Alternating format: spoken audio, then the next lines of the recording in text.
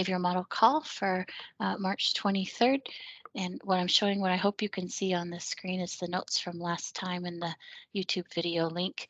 And last time, Prince was kind enough to cover that inbound pipeline for Service Tunnel Private Link.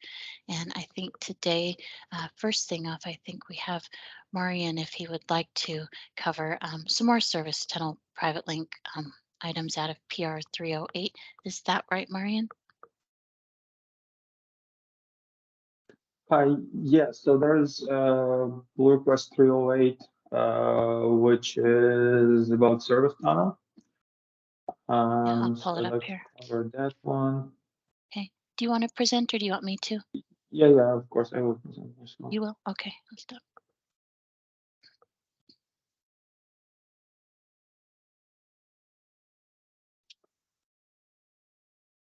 So this is the behavioral model implementation of the Service Tunnel. So the design itself is in the dash Sonic part. Sorry. So there's a section on the Service Tunnel.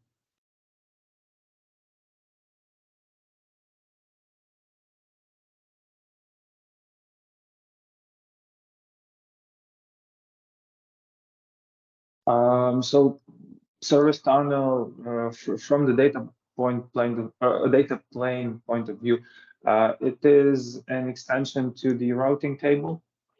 It is a new route type that provides a different set of transformations.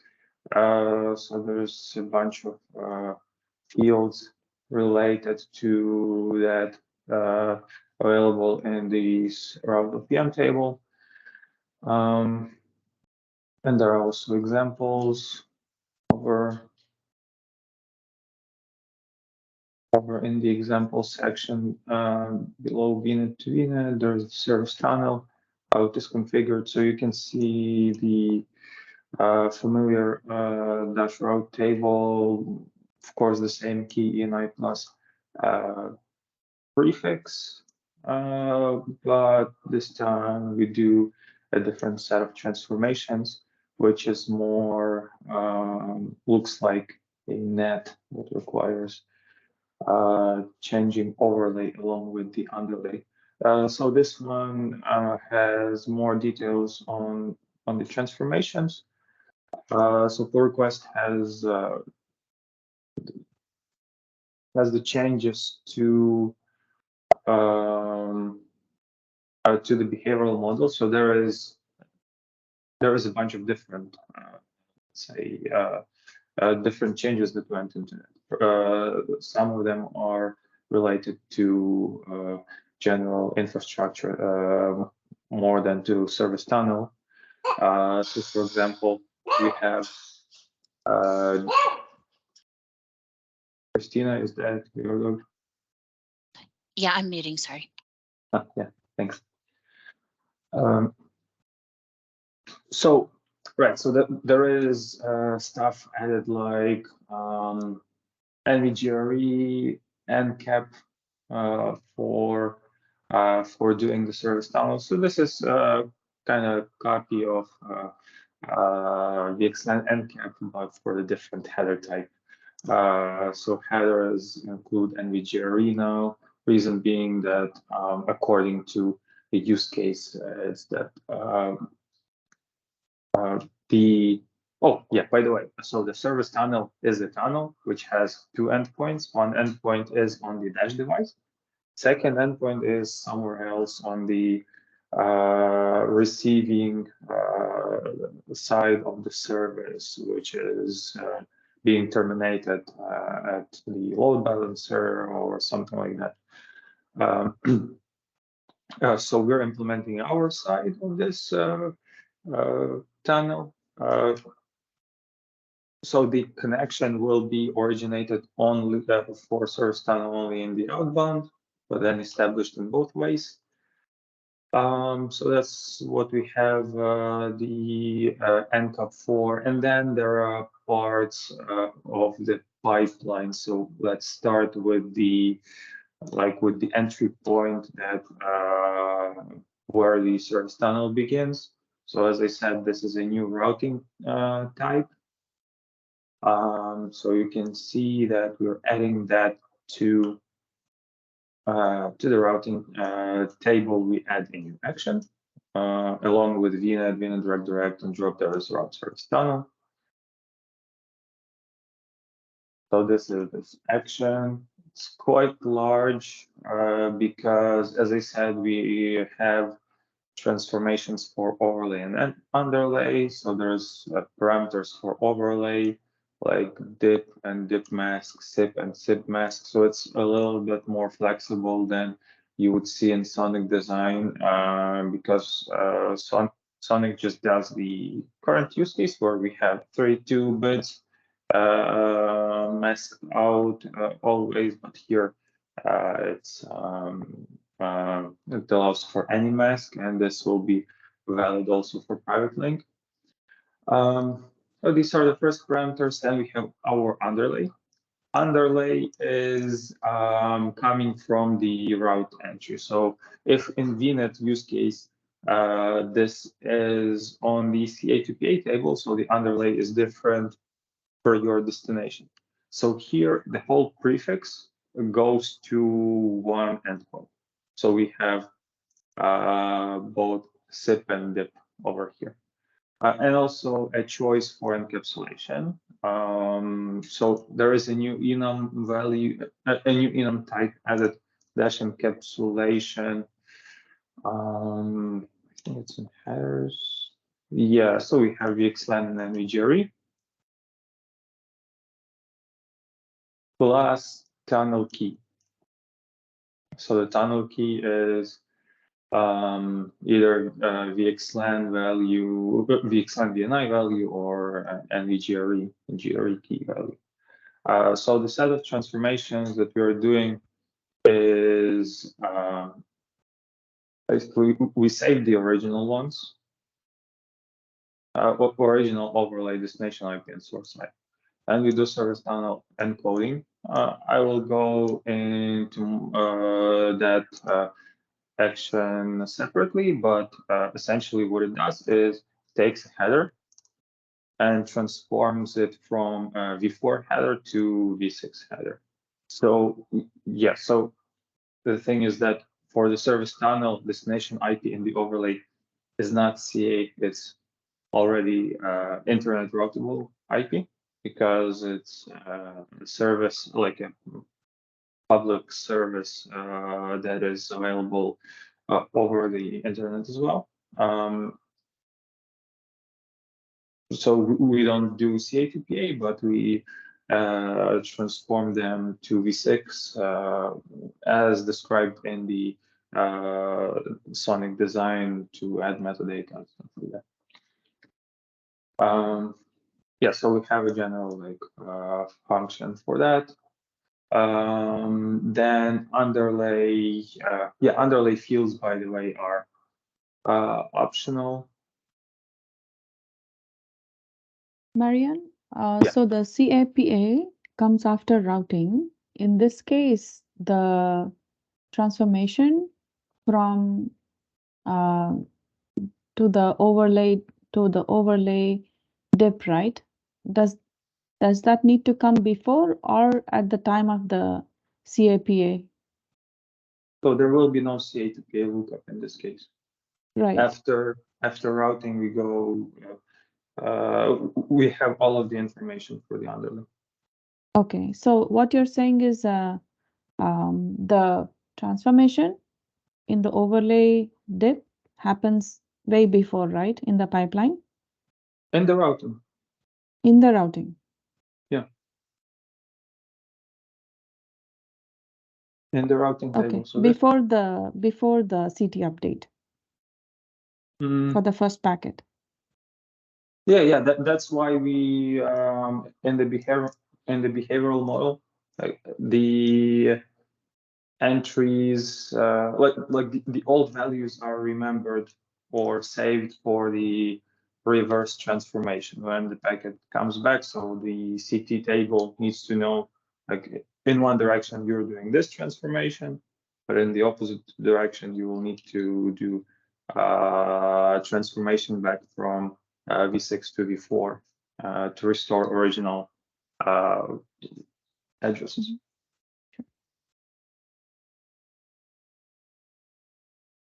Yeah, so underlay SIP and DIP values are optional, and if they're not provided, then we just take the original values, because as I said, the original one can be already a PA, and often is. So DMAC is unchanged. Encapsulation type is just in the software model, is just saved for later, as well as the tunnel key, because encapsulation happens separately.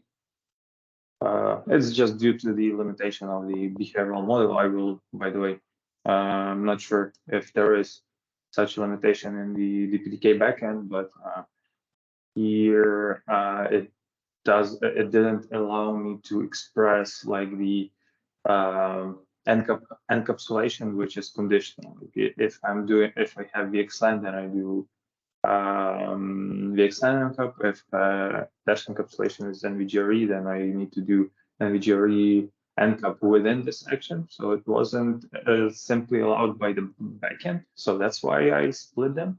Maybe it's not the case for the PDK, so maybe I'll try it just to put everything inside the action.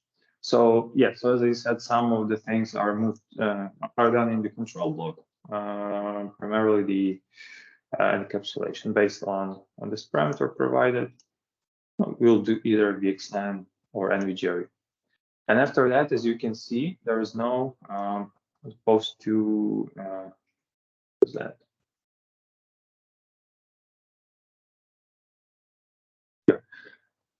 As opposed to, for example, VNet route, it has C to PA mapping done after this action. This action doesn't do another table. Why is just encap and we're done. So next is the this interesting part, which is service tunnel encode, which is actually just it's 4 to 6 transformation. So we as the input we expect V4 header. Actually headers with V4 in it, and what we want to change them to. So that's what we do. We set V6 header valid. We set all of the regular data plus copy some of the corresponding fields. TL, for example, protocol. Then we do the V4 to V6 transformation according to the rules. So basically, there is the full V6 address. Some portion is coming from here. Another portion is taken from the original address masked out with the same input mask. So like you can be flexible in which portion you're taking. And then we say that we no longer need the V4 header. We moved all of the information there. Yeah. So some of this action was already coded. I just fixed a few things to make it more flexible. And yeah, and service tunnel, the code is now accepted since we can have an arbitrary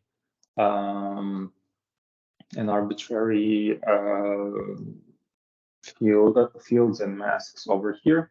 No, it is not deterministic how you do V6 to V4 transformation back. So you need to supply these parameters. So as I said, it's essentially acting as a net, so that we pick some address, we offload transformation in one direction, and we also need to offload transformation in the opposite direction, because you cannot really decode it from the original field. You need to have your transformation in both directions remembered when you get the first packet. So that's where we restore. We will restore the values. Marian, I noticed that you're not copying DevServe to traffic class. Is it on purpose or?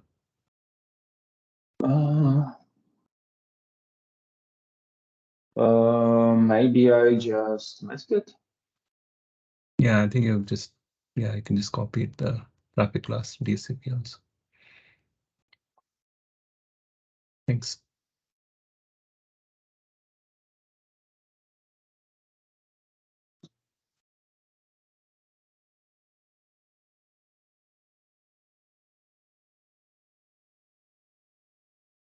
Yeah, and then for the way back,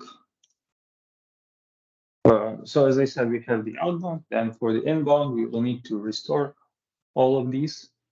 So we keep in the behavioral model, since we don't have, like in the hardware implementations, we don't have the notion of slow path, fast path. It's all just one pipeline.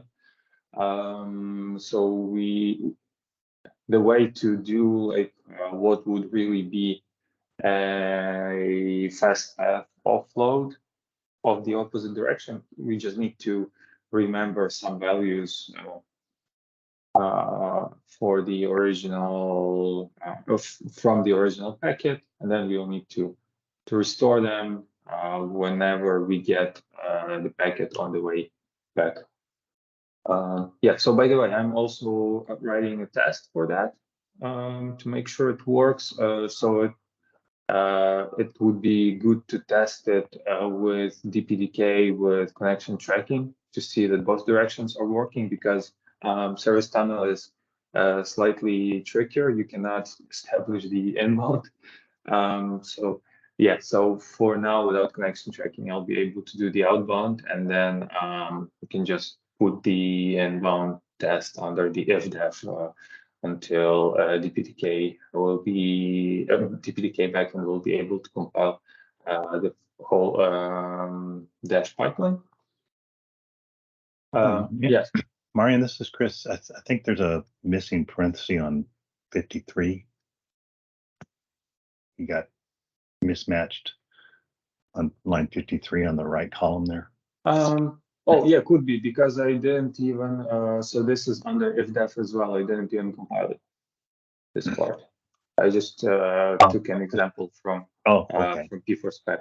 Yeah, so like all the inbound doesn't work really until we have.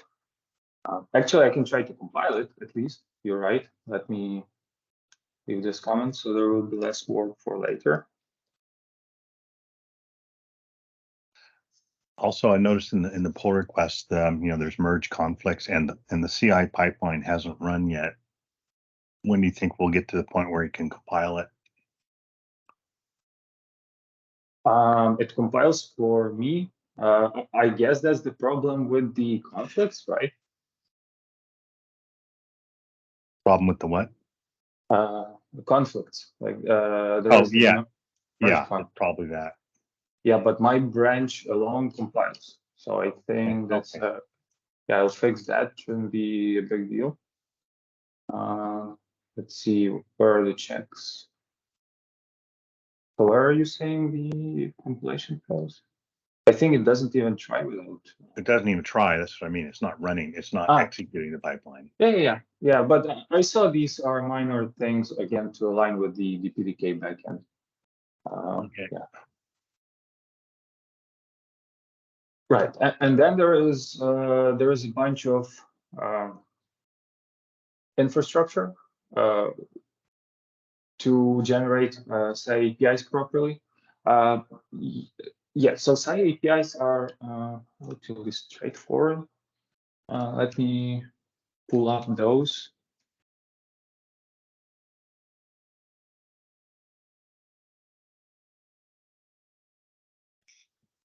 And as far as test cases, since this is fairly involved, what's your feelings on having test cases to go with this PR? Yeah, so the traffic test is kind of like VNet to VNet, kind of, but I will be able to do one direction now, and the opposite direction I need connection tracking for. So I'm planning to do it for the PDK backend, both directions.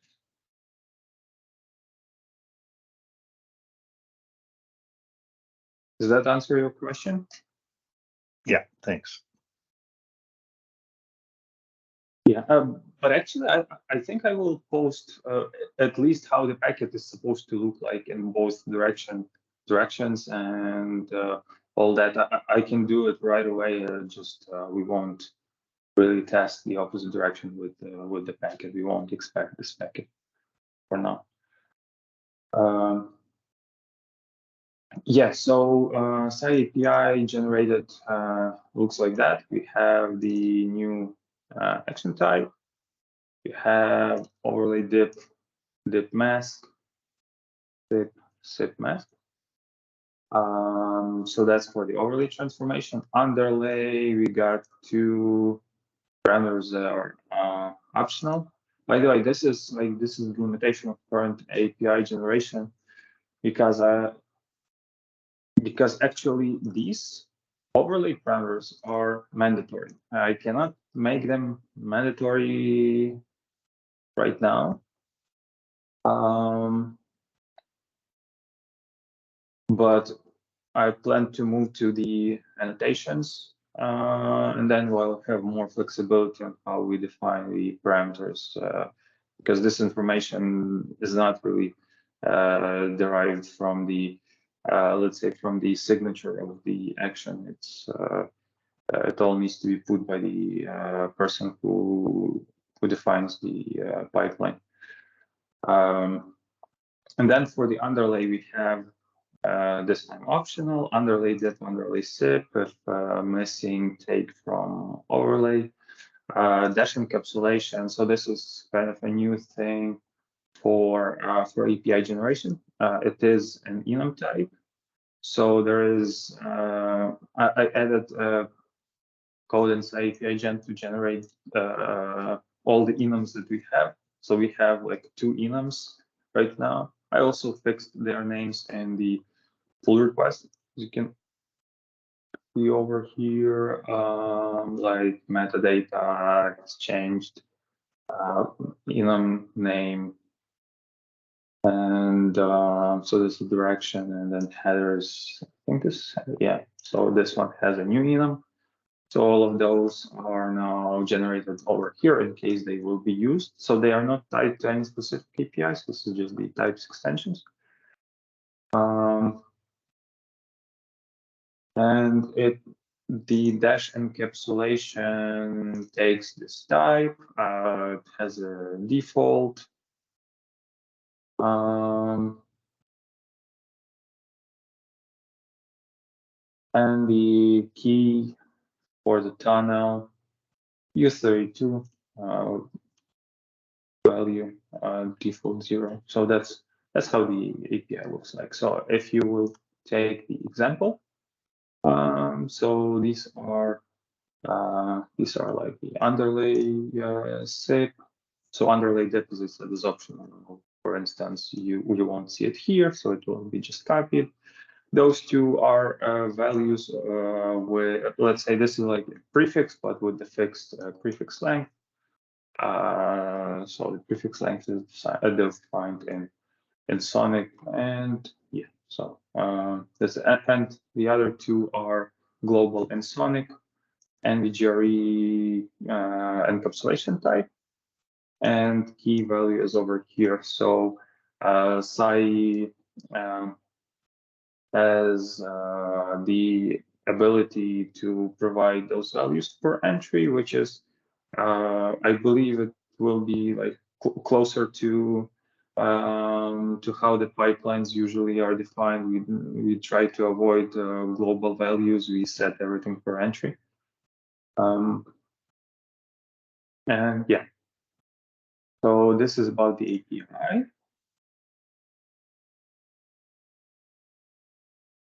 So the So what- encapsulation for service tunnel, could be VXLAN or NVGRE, right?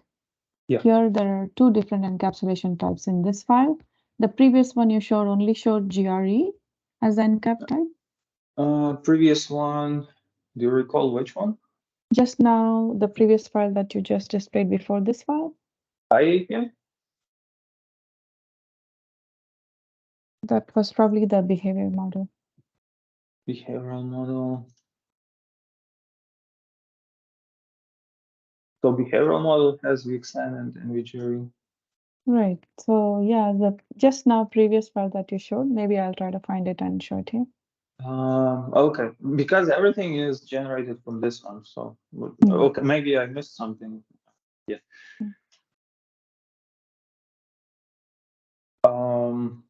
Yeah, so then for that to support, we need to have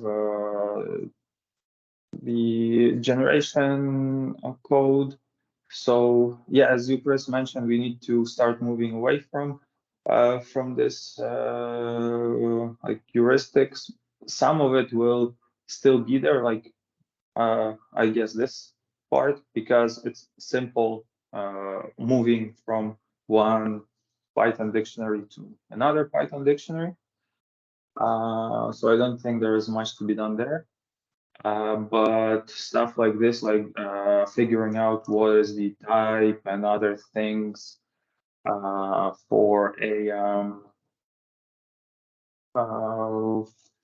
a parameter which result in these in the attribute type. So these things I think can be provided in the pipeline. Yeah. So as I said, I have that in my backlog, and it is partially working already. So I will be submitting that soon.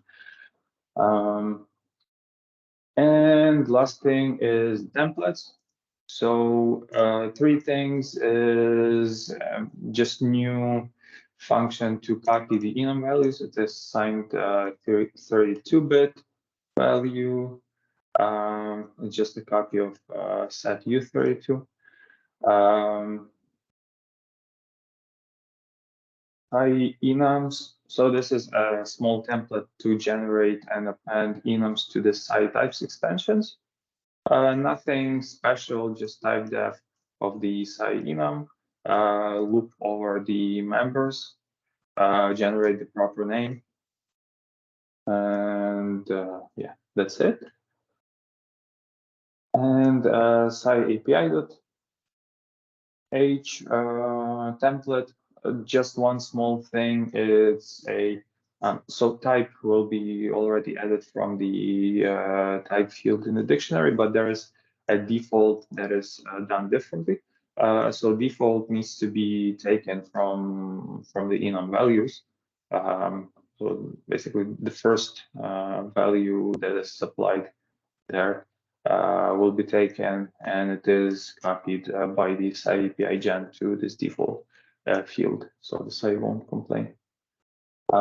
Yeah, so two action items that I still have for this pull request is to fix the conflicts with the DPTK backend, and second, I will be adding test.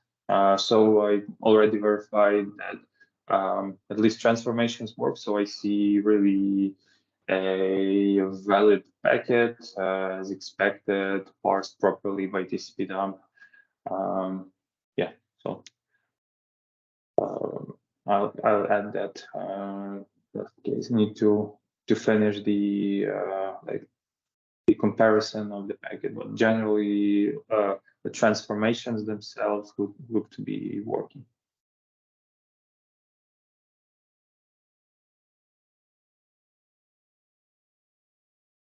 Okay, that's it. If you have any questions, please ask. So the private link is also in the pipeline, but I would like to finish this as soon as possible because private link has infrastructure dependencies on this one. So it would be easier to review and make sure that everything compiles after I will have this one merged. This is Hey, huge. Marian. Thank you, Marian. Yeah, go ahead, bud. Oh, just a question. This might be a dumb question.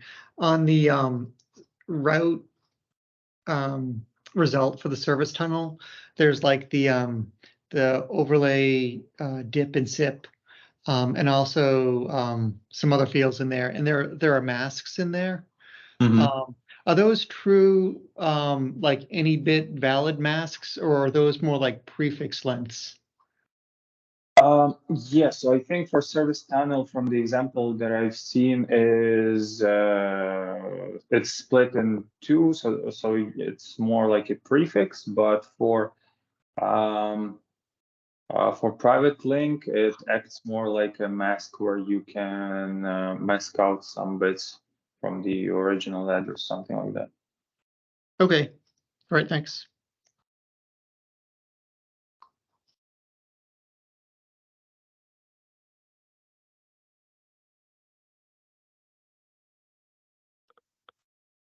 Yeah, so the private link will share the same encoding. In this case, it's prefixes. In private link case, it's more of an encoding. Okay, thanks.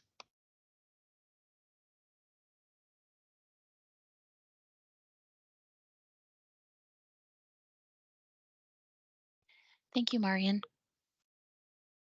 Yeah, okay, so please leave your comments. Yeah, I think everyone knows how to go into a PR and make a suggestion or a comment.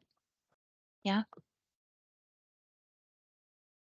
I'm going to assume everyone's head is nodding.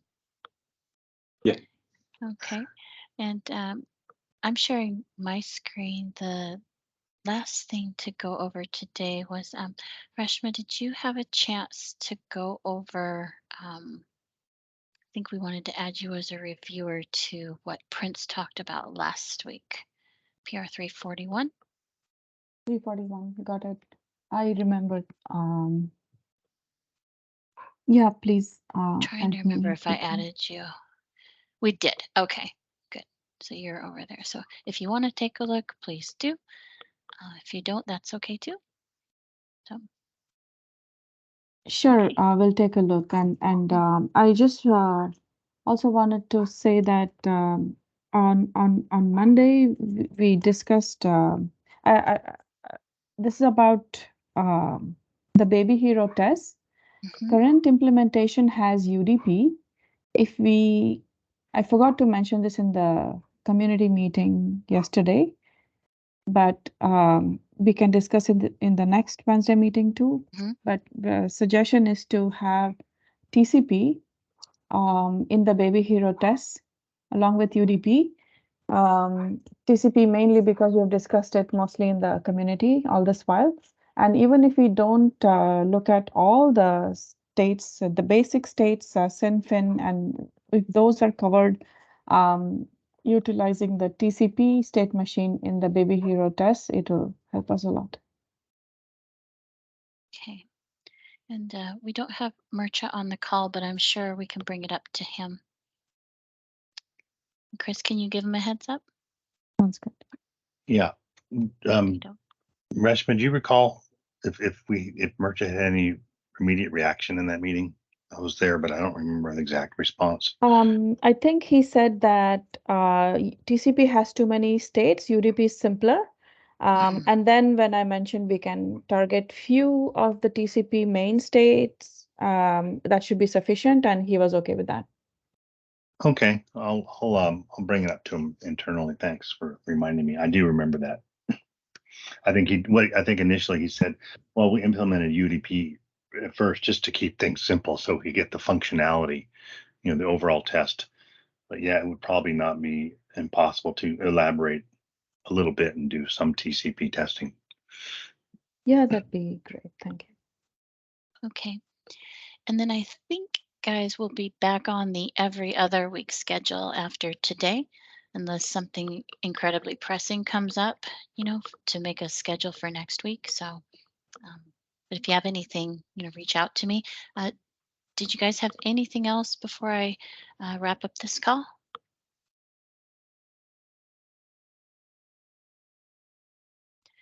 Okay, I think I've waited my 7 seconds, so I'll go ahead and end the recording. And Marian, thank you for describing all of this.